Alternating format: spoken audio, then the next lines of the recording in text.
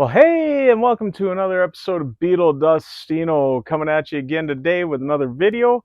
A video I feel like has been a long time in the making. I have been wanting to get this out for a long time. Been just trying to listen to these albums and get a good, comfortable feeling for it. So, of course, this will be an album ranking. We're going to do a John Lennon album ranking. I had done the Beatles and Paul McCartney early on in my channel's lifetime here, and have not got around to any of their other solo careers, and I've been wanting to get John's out next, and George will be coming up soon, so be on the lookout for that in the next weeks here, I'd say. But anyways, before we get going too much further on the list, I do want to thank my subscribers. Thanks to any new subscribers. If you haven't subscribed yet, please do hit the notification bell. If you like the video, give it a good like, and please leave a comment. I do love having a discussion with everybody. But anyways, let's get on with this ranking video.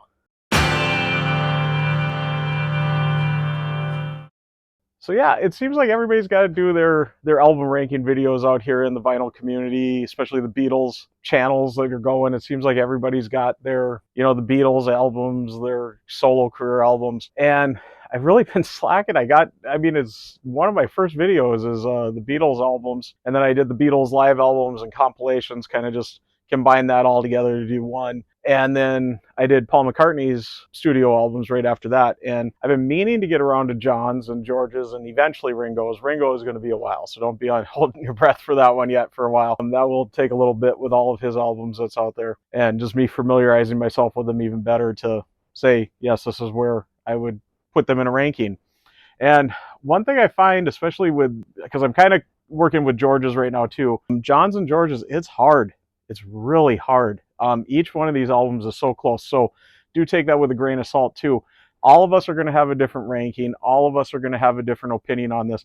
And believe it or not, the change can happen so fast, even with myself. As I was making this list, I kind of had it ranked out pretty good. I thought I was pretty solid with it. I was just recently re-listening to the albums and kind of rearranged a lot in my last listening to it. So it can change a lot.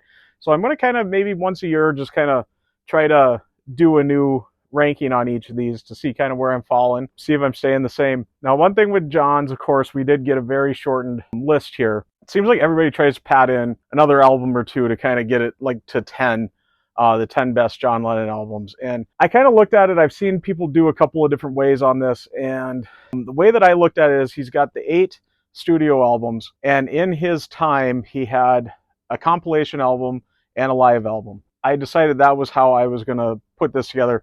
And actually, it was only 7 studio albums. The one was in process, and of course, unfortunately, never got finished by him. I have included that in here also, though, even though that wasn't released in his lifetime. But yeah, so I've got just a nice 10 album list here, and we'll get started with the list, kind of see where I'm at with it. So I'm going to start out with, and I only got this Japanese edition of the CD of Live Peace in Toronto, and that would be my number 10. I kind of have a hard time putting this any higher. It is a really good album. I really like the version of Cold Turkey on here. Not a big fan of the standard Cold Turkey issue, and this one I like. Let's see. This, of course, was released on December 12th of 1969. If I am going to give any lows to it, I'm going to say Yoko stuff. I mean, everybody says that. That's what everybody goes with. Kind of the cop-out on it. I actually didn't mind Yoko stuff on this, so it would be side 2 of it was the actual LP, but the last 2 songs on here, I really don't mind Yoko stuff, and on this one especially too, I don't mind it. But if I'm gonna bring it down for anything, I suppose too, a lot of covers on here too, so we'll go with that. Like I said, it's hard. All these albums are so good, it's hard to really, bring them down too much on that. So next up, and I got the LP here to hold up, I'm gonna go Rock and Roll. Released on February 17th of 1975. His second to last studio album before he passed. And of course, he did go on to that big gap after this. Worked again with Phil Spector on it and on a couple of songs there. I don't know. I cop out again on this. I'm going to say, one of the things that does bring it so low down on the list is it is all covers. I always have a really good time listening to this, though. And these albums are so good, it's hard to really, but if you compare to his original material, this does have a hard time ranking up any higher. And coming to that too, I did notice kind of a trend here. You'll see coming on my ranking here. Some highs on this course, I'm going to say Stand By Me, of course. I always like that opening track, Bebop-A-Lula. I don't know, that kind of gets me going into it. And I don't know. It's a fun album, like I said. Not as great as so. And up next, of course, I did say we had the live album that was released in his lifetime and the compilation that was released in his lifetime. Again, I don't got a LP on this one, so I'll just hold up the CD I got. Number 8, and I didn't do the whole number 9 thing with rock and roll. Number 9, number 9. All right, we'll bring it there. Sorry, I hopefully won't do that for George. But number 8, we got Shaved Fish.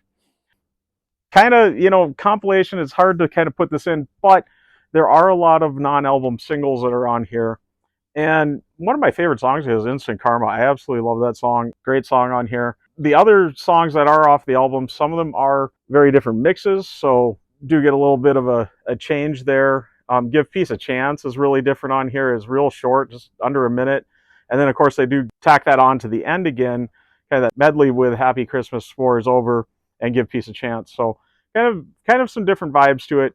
But, of course, like I said, there is some mixes on here that are not on the albums, and there are some songs on here not on the albums. So that's why I thought I'd include this in the list here. But, yeah, it doesn't rank super high because compilation, not a main studio album. And now you're going to see the trend here. I noticed it as I was putting the listing out. There is a distinct set of Lennon solo albums. There's just the John Lennon ones, and then there's the John Lennon and Yoko Ono ones. And I happened to notice, like I said, some of it kind of changed and this and that. So for a while, one of them was ranking up a little higher, but when I re-listened to everything, it kind of dropped down where it all kind of meshed in with each other. And one of the albums that does get a lot of criticism, but yet I really like this album, Sometime in New York City, is going to be number 7. This one was released on June 12th of 1972. Of course, we were all holding our breath last year, the 70th or 50th anniversary of it, and we were all hoping it was going to get the Ultimate Collection, Ultimate Mix package done, and it never came. There was a big rumor for it, very solid rumor, never happened. So as I say every time I talk about this album, John Lennon, Camp, the estate, if you're listening, we want this as an Ultimate Mix. Please, us fans really want it. And I hope it's coming for this year, a little late for its anniversary. But, the Plastic Ono Band one was a little late for its anniversary too. So just how the way the world is today. But yeah, I'm going to put this at number 7. And the highs on it, believe it or not, aren't even John's songs. A couple of my favorite songs on here are Yoko's and Sisters Oh Sisters. I absolutely love that song. And We Are All Water. Crazy, crazy song. But so much fun. I look forward to every time I'm listening to it that Sisters Oh Sisters is coming up, and then at the end there with We're All Water, just a couple of fun songs. Of course, it is a very political album, very much of its time, but is it really of its time? Because all this stuff that he's talking to on here, you just change the names and it's still happening today. It's sad that that's the truth, but it is. Of course, if you're probably looking at this, you're seeing the word there. Yeah, it does have that unfortunateness. That's kind of one of the negatives of this. And another thing that brings it on, of course, it is a double album. It's got the live stuff on there, and that side 4 is a tough listen. I listened to it just the other day, though. I was just flipping through the internet, kind of doing some stuff as I was listening to it, so just kind of background noise, background music. I suppose some people would just say noise with it, but yeah, I don't know. I didn't mind it. I really didn't.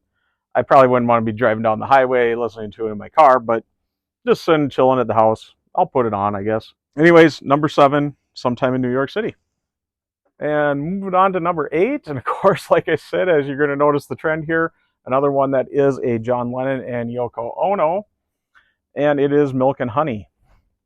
Of course, this one was released on January 9th of 1984, so after his passing. Well, after his passing, he was working on it, though, even that day he was in the studio working on a song on here. One thing with this album that's kind of unfortunate is you do listen to it and you think, oh, man, these songs were so good, and he was kind of turning that new chapter in his life and his career, and what more could have we had? And that's maybe one of the lows of this, that, it was unfinished and we didn't get anything after this because of just such terribleness. I don't even want to go into that anymore on that.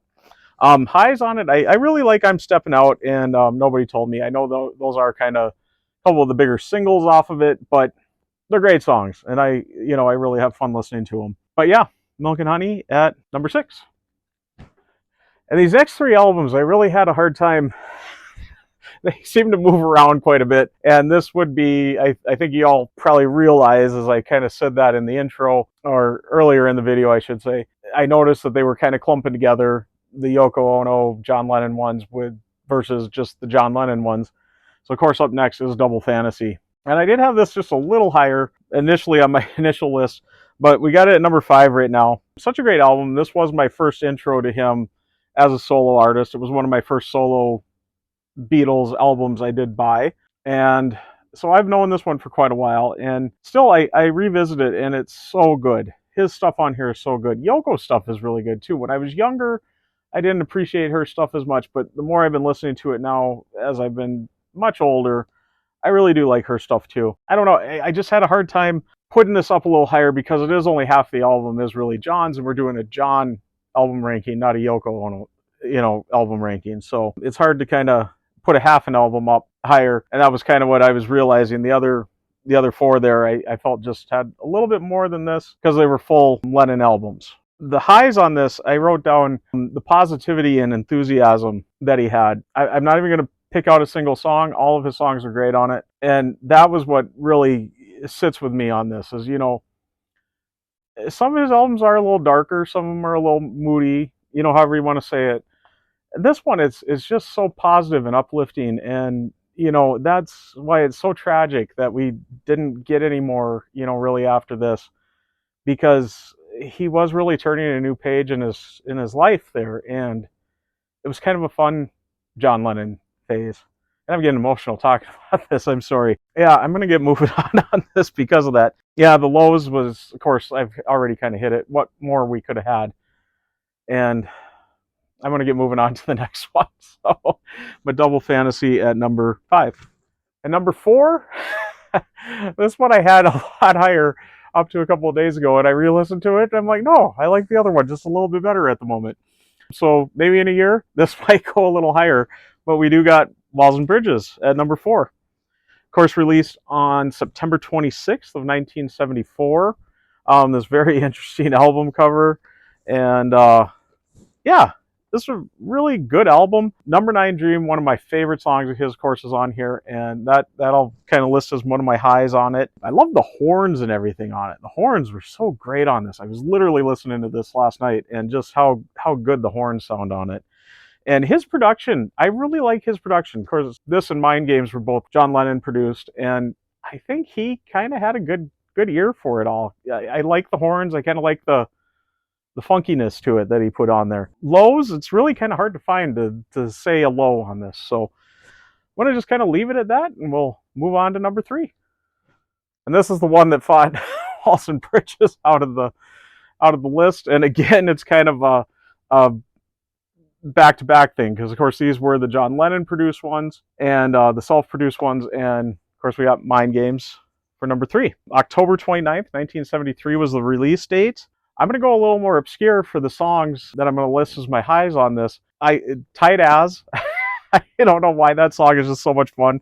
I love it. One Day at a Time. I absolutely love that one too. I know they're not necessarily the big hits, but they're what really gels this album together and makes it my number 3, I guess. Lows on it, again, really kind of hard to find. I mean, all these top 4 albums are, they could almost interchange. I think the other 2 are too much of a juggernaut to really interchange with these 2, with Mind Games and Walls and Bridges. Yeah, it's really hard to fault this album to me. And we are on to the top 2, and of course, every fan at this point knows what the last 2 albums are. I'm pretty sure these are the number 1 and number 2 on most people's lists too. I went a little different though, and I shocked myself even, because again, like I said, I've kind of been working on this for a while and really kind of trying to get my feel for it, and I had it one way, and as of last week, it changed, and I think it's pretty solidly changing right now. But again, like I said, if we revisit this in a year, it might flip back. These albums are so great, it's just hard to not let them, at one time, this one's the better one, and that one's, maybe a little lower on my list.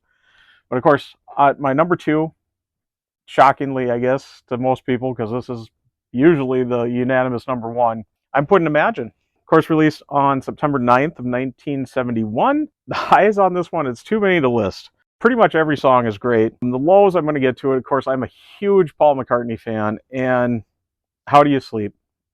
I suppose everybody knew that might be why. The lows. I don't know if that's why it knocked it down to number two. I wouldn't blame it totally on that song. Altogether, I like the song. If I don't think about what he's singing about, the specific person he's talking about on that. So funny, the Beatles also started the diss track. John took it maybe a little too far. But Imagine number two. I think we'll pretty much just leave it at that. And I think everybody knows what the number one is at this point.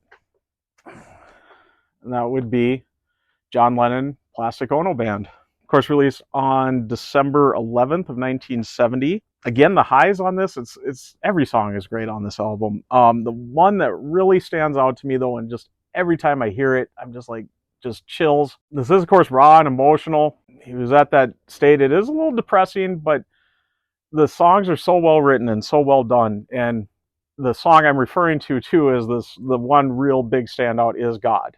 The comment on everybody he puts in there, especially the Beatles, is just Yoko. He believes in Yoko and him. And I think that says a lot. I think that probably helped him with that time of their life and that. And, but that lowness is what made this album so good, getting those emotions out there and all that. The lows on this album are kind of that raw emotion and stuff, but like I said, that's also what makes it so good. Yeah, I just really connected with this album recently. I always have, but just the other day when I listened to it, I said, I can't put an album below Imagine right now. Imagine to me does take second place to this. This was such a good solo debut album. That's where it's going to stay for this year. I don't know. Like I said, next year, maybe Imagine might take the crown again. But anyways, I'm going to get wrapping this up. Glad I got that done and out of the way. I've really been sitting on this for a long time. I've been saying you're going to see George's ranking here in, I'd say, a few weeks.